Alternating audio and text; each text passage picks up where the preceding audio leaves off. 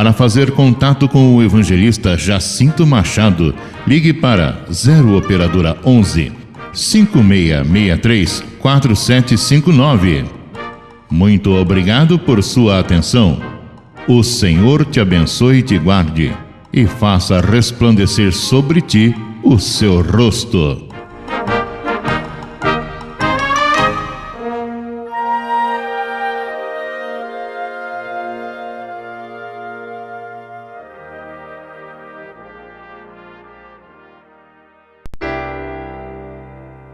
A besta que subiu do mar.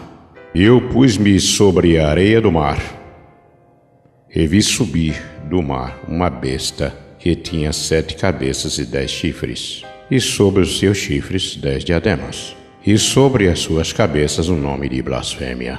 E a besta que vi era semelhante ao leopardo, e os seus pés como os de urso, e a sua boca como a de leão.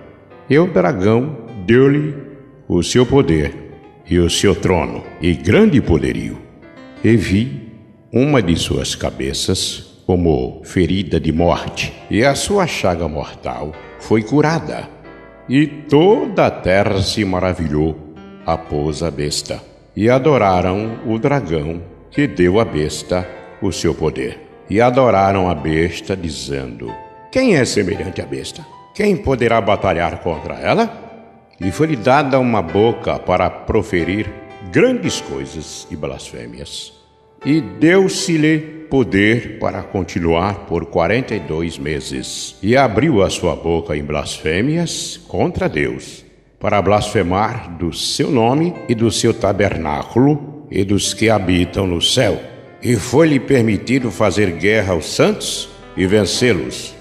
E deu-se-lhe poder sobre toda a tribo e língua e nação, e adoraram-na todos os que habitam sobre a terra, estes cujos nomes não estão escritos no livro da vida do Cordeiro que foi morto desde a fundação do mundo. Se alguém de ouvidos, ouça. Se alguém levar em cativeiro irá. Se alguém matar a espada, necessário é que a espada seja morta. Aqui está a paciência e a fé dos santos. O anticristo e seu falso profeta. Tanto o anticristo como o seu profeta aparecem aqui no capítulo 13, onde foi lido há poucos momentos, sobre a figura de 2 bestas. O anticristo é a besta que sobe do mar, em versículo 1 do mesmo capítulo 13. O falso profeta é a besta que sobe da terra, em versículo 11 do mesmo capítulo 13.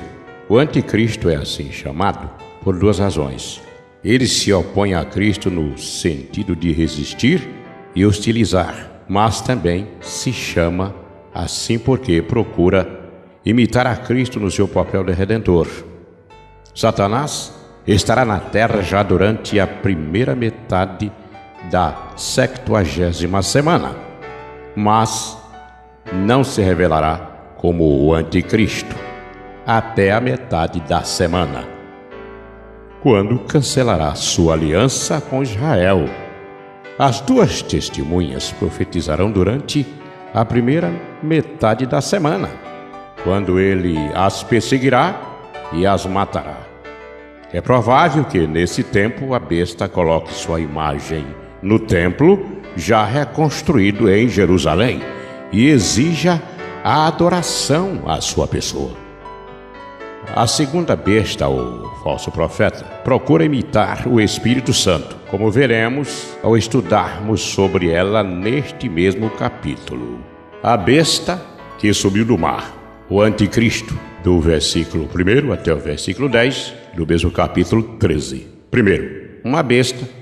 A palavra usada no original indica animal selvagem. Isso mostra o caráter bestial, animalesco, baixo e vil do anticristo, quando ele se manifestar abertamente. 10 chifres e sobre os chifres 10 diademas, o que indica a sua procedência satânica, pois o dragão aparece em capítulo 12, versículo 3, com 7 cabeças e 10 chifres. Mas há uma diferença entre os dois. Os diademas do dragão estavam nas cabeças, capítulo 12, versículo 3, e os da besta nos chifres, Deste modo, os diademas do dragão eram 7, e os da besta 10. O profeta Daniel viu esse animal sobre outro ângulo, porém tinha também 7 cabeças e 10 chifres. Daniel capítulo 7, versículo 23 e versículo 24. Vamos ao versículo 2. Aqui temos o que podemos chamar um retrato da besta. Parecia com leopardo, com pés de urso e boca de leão. Isso nos leva ao capítulo 7 de Daniel. Ali, o leopardo é a Grécia, o urso é a Pérsia e o leão é Babilônia. O leopardo fala de rapidez, o urso de força e o leão de soberba. Certamente, isso também significa que o domínio da besta será caracterizado por princípios que predominaram em Babilônia, na Pérsia e na Grécia, e também no Império Romano, porque os 10 chifres, como veremos logo mais, figuram uma expressão última daquele império. E deu-lhe o dragão seu poder. Assim, temos no início do capítulo a revelação de uma trindade satânica operando nesse tempo. O dragão que procura imitar a Deus. A besta imita o Senhor Jesus. E o falso profeta, a segunda besta que imita o Espírito Santo. Que dias tenebrosos serão esses? Vamos ao versículo 5. O domínio da besta será de 3 anos e meio, 42 meses.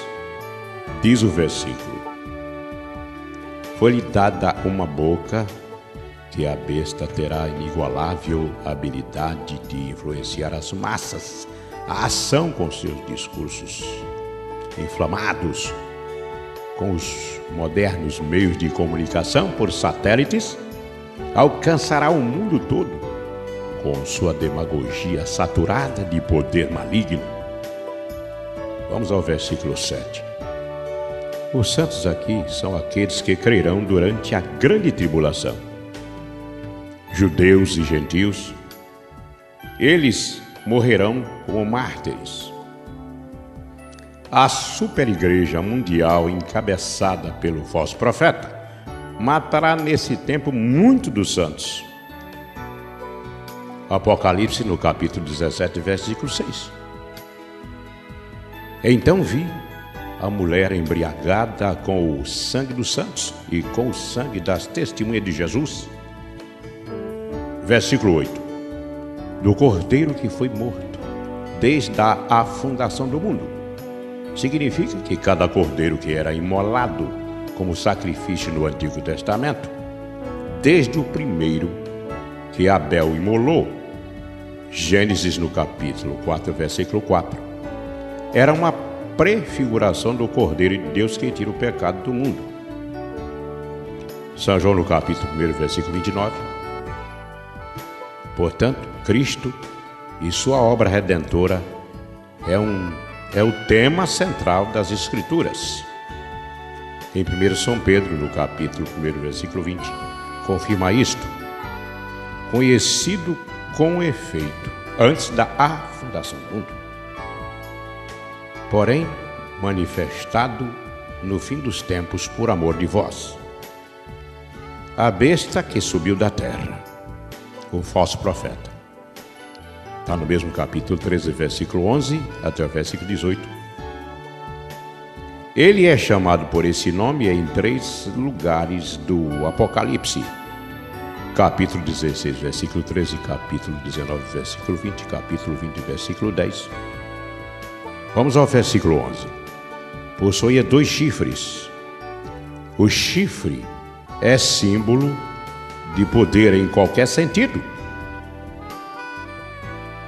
Podem indicar seu poder político e religioso, pois no versículo 12 está dito que ela exerce a autoridade da primeira besta e compele todos a adoração da primeira besta, parecendo o cordeiro, mas falava como o dragão.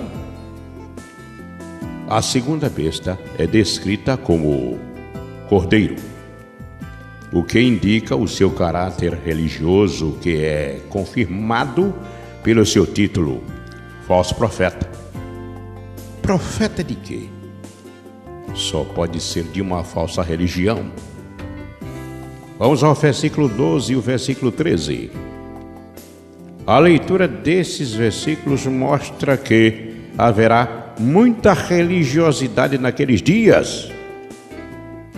O versículo 13 indica que será um período de muitos milagres. Porém, em 2 Tessalonicenses, no capítulo 2, versículo 9, o Espírito Santo, falando por meio de Paulo, diz: ora, o aparecimento do iníquo é segundo a eficácia de Satanás, com todo o poder e sinais e prodígios da mentira. Portanto, serão, como sempre, milagres falsos, como acontece hoje em dia no Espiritismo, quando, por meio do Espiritismo, o demônio sai de uma pessoa, muitos outros ficam doentes. O que acontece lá não é cura nem libertação. É um acordo entre os demônios, mas sempre com o prejuízo do ser humano escravizado. É a operação do erro, para crerem na mentira, como está escrito em 2 Tessalonicenses, no capítulo 2, versículo 11. O falso profeta será, pois, um super líder religioso.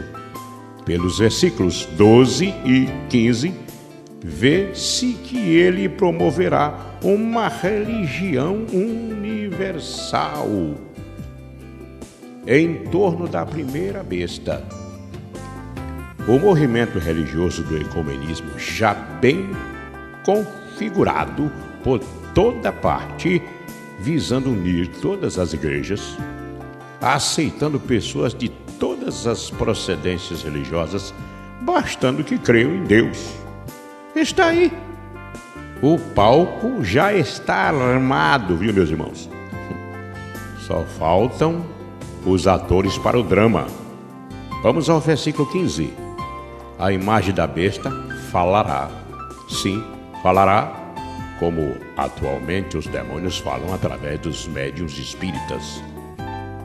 Versículo 16 e 18. O nome e o número da besta.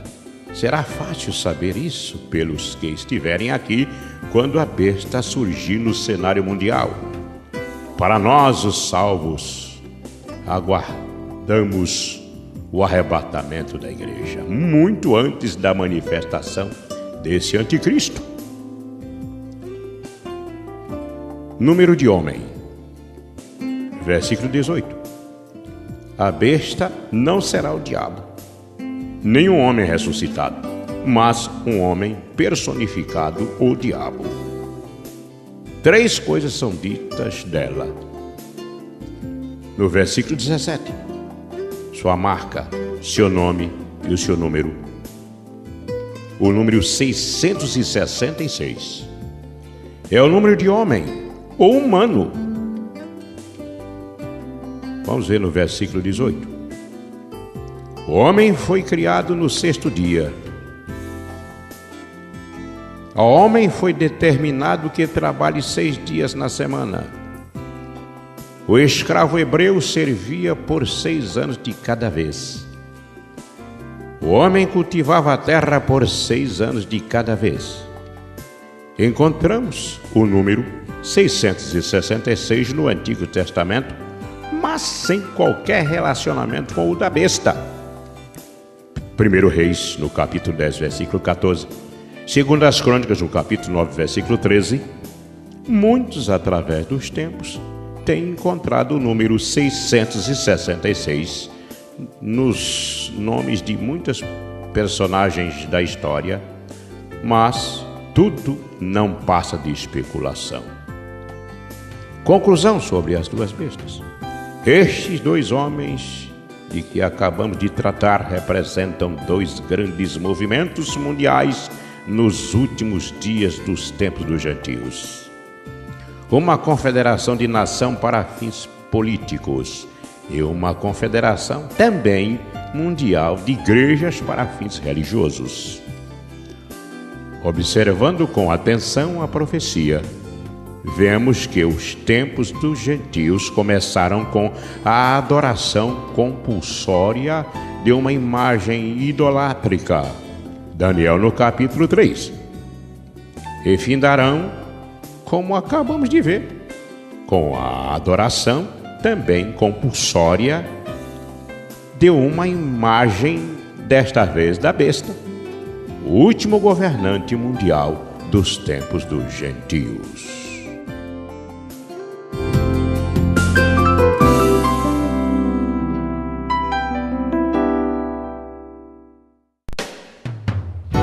Satanás é amarrado por 1000 anos. Os fiéis reinam com Cristo. E vi descer do céu um anjo que tinha a chave do abismo e uma grande cadeia na sua mão. Ele prendeu o dragão, a antiga serpente, que é o diabo e Satanás, e amarrou-o por 1000 anos e lançou-os no abismo. E ali o encerrou e pôs selo sobre ele, para que mais não engane as nações, até que os 1000 anos se acabem. E depois importa que seja solto por um pouco de tempo. E vi tronos, e assentaram-se sobre eles, e foi-lhes dado o poder de julgar. E vi as almas daqueles que foram degolados pelo testemunho de Jesus e pela palavra de Deus, e que não adoraram a besta nem a sua imagem, e não receberam o sinal em suas testas nem em suas mãos. E vieram e reinaram com Cristo durante 1000 anos. Mas os outros mortos não reviveram, até que os 1000 anos se acabaram. Esta é a primeira ressurreição. Bem-aventurado e santo aquele que tem parte na primeira ressurreição. Sobre estes não tem poder a segunda morte, mas serão sacerdotes de Deus e de Cristo e reinarão com ele 1000 anos. O milênio e o esplendoroso reinado de Cristo aqui na terra por 1000 anos. É um período de preparação da terra para o estado perfeito e eterno, que é o milênio se seguirá. O termo milênio vem do latim e significa literalmente 1000 anos. O milênio, no mesmo capítulo 20, versículo 1-6, 6 vezes consta a expressão 1000 anos nos versículos 1-7. O milênio é o objeto de muitas profecias através da Bíblia. Vamos ao versículo 2, do mesmo capítulo 20. Ele segurou o dragão, a antiga serpente que é o diabo, Satanás, e o prendeu por 1000 anos. Satanás, ausente da terra durante o milênio, será uma maneira de o mundo saber que o pecado é mais do que uma influência, mais do que um produto diabólico. Isso vai provar ao homem que ele pecará mesmo com o diabo ausente. E mais ainda, sob o governo e influência do príncipe da paz. Pessoas há que culpam Satanás de toda a sua má situação e seus problemas pessoais, ou então culpam a Deus por permitir que Satanás exista. O diabo preso durante o milênio é uma das maneiras de Deus responder a perguntas que muitas pessoas fazem hoje. Por que Deus não destrói o diabo? Primeiro, Deus não destrói porque seria acusado de prepotente. Segundo, não destrói porque o homem precisa primeiramente de uma mudança de coração. Isto é de regeneração espiritual. Vamos ao versículo 3. Depois disto, é necessário que ele seja solto por um pouco de tempo. Isto é dito de Satanás concernente ao milênio. Por que é necessário? É que durante o milênio nascerão multidões que não crerão para a salvação, e nos seus corações permanecerão inimigos de Deus. Uma vez induzidos pelo diabo, eles prontamente revelaram o estado de seus corações. Eles se dobravam ao governo de Cristo por causa da vara de ferro, segundo as profecias, mas a um chamado do diabo, prontamente atenderam, provando assim que a sua obediência a Cristo era fingida. Obedeciam e viviam direito porque eram obrigados a isso, mas eram fingidos. Mas também Satanás será solto por um pouco, para que fique provado que ele é incorrigível. Após 1000 anos inativo entre a humanidade, ele nada mudou. Imediatamente promove uma revolta de grandes proporções. É bom que pensem nisso aqueles dentre nós que gostam de revoltas e de provocarem os ânimos. Estão fazendo o papel de Satanás. Vamos ao versículo 4 e 5. Primeira ressurreição. Esta expressão mencionada aqui não significa que ela está começando agora, mas que está terminando. O último grupo de salvos da primeira ressurreição são os mártires da grande tribulação, mencionados no versículo 4. Eles ressuscitaram antes do milênio, como os últimos integrantes da primeira ressurreição são os rabiscos da colheita geral. A expressão primeira ressurreição ocorre na Bíblia a primeira vez aqui, porque ela não está completa sem estes mártires da grande tribulação. Vamos ao versículo 8. Gog e Magog. Aqui são povos do milênio, rebelados contra Deus, lançando um furioso ataque contra os santos daquele tempo. A expressão nada tem a ver com Gog e Magog de Ezequiel, capítulos 38 e 39. O juízo do grande trono branco. Vamos ao versículo 11, traço 15 do mesmo capítulo 20. Ele é assim chamado devido às palavras do versículo 11. Um grande trono branco. A Bíblia se refere a muitos juízos e uma maneira de identificar este de que estamos tratando é através das palavras do versículo 11. É o juízo dos ímpios mortos desde o tempo de Adão.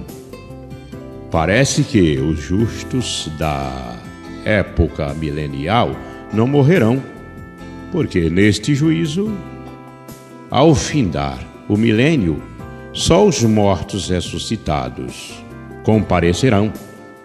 A vida será extensamente prolongada durante o milênio, como no princípio da história humana, quando o pecado estava apenas iniciando o seu maldito curso. À medida que o pecado se multiplicou, a vida foi encurtando. Os alimentos foram perdendo seu teor nutritivo e o meio ambiente foi se poluindo.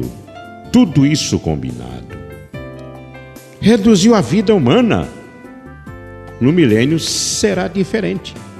As condições em todos os sentidos serão maravilhosas. Vamos ao versículo 12. Vi também os mortos, os grandes e os pequenos. Pequenos e grandes aí tem a ver com importância, posição, prestígio e não com tamanho ou idade, à luz do original.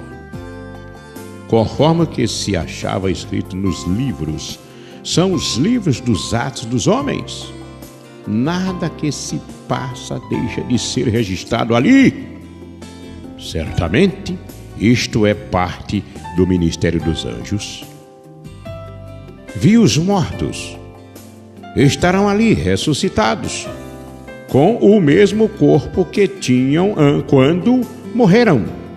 Isto é mais uma prova de que a morte não é o fim de tudo. É apenas o fim da vida do corpo aqui na terra. Mas a vida continua no Hades, onde estavam estes mortos. Vamos ao versículo 13. Deu o mar os mortos que nele haviam. Há inúmeros cemitérios na terra, onde os mortos têm túmulos de terra. O mar tem sido um imenso cemitério através dos milênios. Esses têm túmulos líquidos. Como ele entregará seus mortos? Talvez secando a um comando de Deus. Pois no capítulo seguinte, o mar já não existe. Capítulo 21, versículo 1 do livro do Apocalipse. O certo é que nenhum morto faltará ao chamado do rei. A morte e o além entregaram os mortos que neles havia. Além é Hades, no original. Casos como esse, de tradução, só confundem ou dificultam o leitor comum.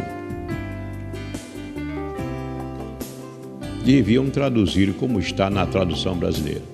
Hades e pronto. A morte deu os corpos que levara. E o Hades, os espíritos.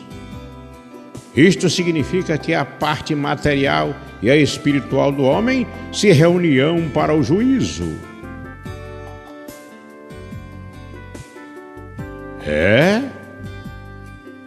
Vão se reunir para o juízo. A morte e o Hades passaram a existir e funcionar por causa da obra de Satanás. Agora, terminando seu papel macabro, irão fazer parte do inferno definitivo, o lago de fogo e enxofre. Vê lá no versículo 14. Jesus pôde fazer assim com eles porque ele tem as chaves de ambos. Apocalipse, no capítulo 1, versículo 18. Foram julgados um por um, segundo as suas obras. Versículo 13. Este julgamento não é coletivo, mas individual. Não haverá injustiça. Primeiro, porque o juiz é perfeito em justiça. Segundo, porque o julgamento será conforme as obras de cada um. Assim sendo, o grau de castigo de cada um variará.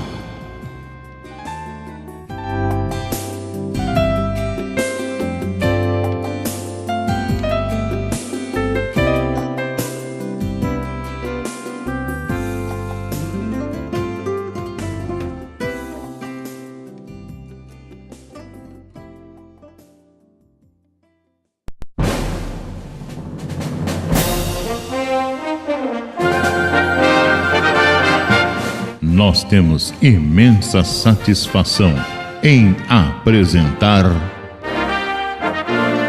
o evangelista Jacinto Machado, trazendo duas poderosas mensagens da Palavra de Deus para o seu coração: o juízo final e a besta do Apocalipse.